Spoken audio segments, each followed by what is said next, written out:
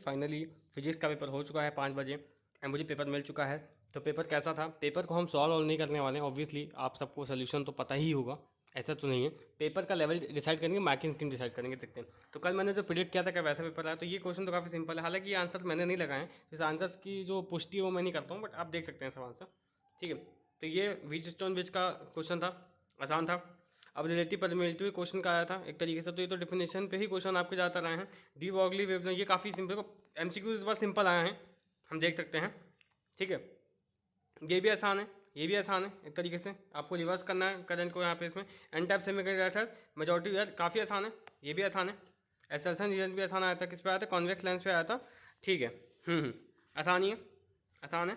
और diffraction of light is observe in every situation but that can be observe in laboratory conditions too. ठीक है, ये भी मतलब काफ़ी इजी क्वेश्चन ही आए हैं, थोड़े बहुत आए हैं, जो टफ है मैं आगे डिस्कस करूंगा। अब देखिए यहाँ पे आपको ट्रांसफार्मर दे रखा है एक तरीके से। ठीक है, अब आपको क्यों है, आपको सबको पता है क्यों करंट मतलब ज़्यादा फ्लो होता है। ऑब्वियसली ट्रांसफार्मर का जो बेसिक फंक्शन होता है उसी का आपको यूज़ करना था इसमें।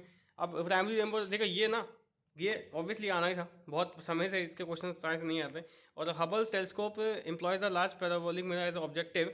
अब देखिए यहाँ पे ना, using a mirror of in the place of lens in such a telescope. तो ये थोड़ा सा मतलब एक नया क्वेश्चन है, बट ये ईजी है, ये भी इतना कोई टफ नहीं है। मूविंग पार्टिकल्स, ये भी आसान है, ये भी आसान है, ये भी आसान है।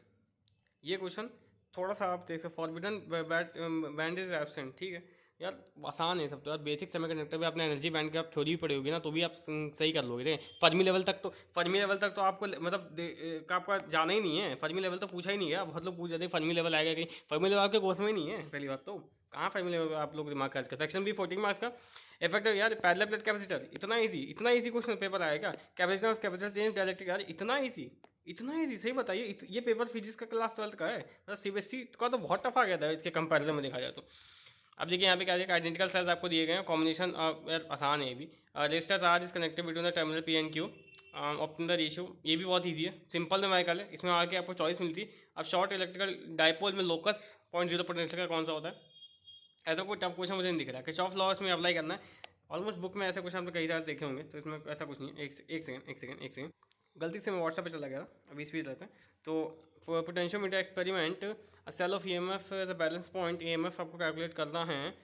आसान है ये भी। पोटेंशियोमीटर का लॉजिक लॉजिक लगा दीजिए कि उसका जो शायद से जो वो पोटेंशियल होता है किसके लेंथ के साथ डायरेक्टली मतलब प्रोपोर्शनल होता है, ऐसा कुछ था ना, उसी का शायद से लॉजिक इसमें लगेगा, है ना। At the centre of circular magnetic field at the point centre. ठीक है, ये थोड़ा सा क्वेश्चन कट गया यहाँ पे। यहाँ पे objective of telescope of to lenses kept in contact, ये भी बहुत ईजी है भाई, इससे आसान क्या क्वेश्चन आएगा। अभी सैटेलाइट आपको गिवन है, अब यहाँ पे अब यहाँ पे कौन सी यार वेव्स ट्रैवल कर रही हैं, इतना आसान क्वेश्चन आएगा क्या? इतना आसान क्वेश्चन आएगा? सेक्शन सी देख लेते हैं, ये भी आसान ही है भाई, कुछ नहीं है इसमें। डिफिनेशन है, डायरेक्ट डिफिनेशन पूछी हुई है, सुपर इजी पेपर है। मतलब कल का मेरा प्रोडिक्शन ऑलमोस्ट रॉन्ग हो गया है देखा जाए तो। अब यहाँ पे क्या है कि इंटेंसिटी, अब देखिए ये तो डेरिवेशन वगैरह की ही चीज़ें हैं मोस्टली देखा जाए तो। अब देखिए यहाँ पे भी थोड़ा सा एप्लीकेशन बेस उन्होंने कोशिश की, करने की कोशिश की है, तो देख सकते हैं। ये भी आसान ही है, ग्राफ आपको दे दिया है, EMF निकालने को बोला गया, निकाल लेंगे आप, ऐसा नहीं है। अब यहाँ पे ये पूछा गया कि हाई रेजिस्टिविटी किसकी है, ये सब क्वेश्चन ना बहुत मतलब ऐसे कई बार आ चुके हैं। सिंपल सा न्यूमेरिकल है मैग्नेटिक फील्ड का, सिंपल सा न्यूमेरिकल फॉर्मूला याद होगा, कर लेंगे। गैल्वेनोमीटर का भी सिंपल सा है, कन्वर्टेड ऑन वोल्ट मीटर, तो गैल्वेनोमीटर को वोल्ट मीटर में कैसे कन्वर्ट करते हैं ये आपने पढ़ा होगा, 3 मार्क्स में है। हालांकि इसको थोड़ा सा एक्सप्लेन करना पड़ेगा आपको हालांकि। ठीक है, कॉन्वेक्स लेंस हैविंग, इस वाले को भी अब कर लेंगे, इसलिए मैं ज़्यादा नहीं करा रहा हूँ सबको। Convex lens having small focal length is to magnifying glass. ठीक है, अच्छा ठीक है, एप्लीकेशन बेस, ठीक है हो जाएगा। ऑब्लिकली हाइगन्स वेव और स्नेल लॉ आपको प्रूव करना है, ये आया था ना शायद से, सिलेबस से हट गया था क्या ये? बट है इसमें यार, मतलब शायद से सिलेबस से नहीं हटा था। इसको भी प्रूव करना इजी है यार, बहुत आसान है। 3 मार्क्स का मतलब देखो, ये भी ग्राफ आपने पढ़ा होगा कहीं ना कहीं, प्लैंक कांस्टेंट भी आप, ये तो मतलब बहुत प्रूवन फैक्ट है बुक से ही, मतलब बुक के क्वेश्चन के लेवल पे भी नहीं गए लोग, तो डायरेक्टली जो थ्योरी उससे क्वेश्चन दे दिया ना उन्होंने डायरेक्टली। तो ये देखिए, ये यार कहाँ मतलब है यार, इन्फ्लुएंस को लोग टफ समझ जाते हैं। ये इन्फ्लुएंस नहीं, सॉरी इंटरफेरेंस है वो, तो इंटर इन्फ्लुएंस अलग चीज़ होती है, इंटरफेरेंस ऑफ लाइट है ना। तो सेक्शन सी देखिए, अब ये सेक्शन डी, सॉरी सी, इसमें थोड़ा टफ आना चाहिए।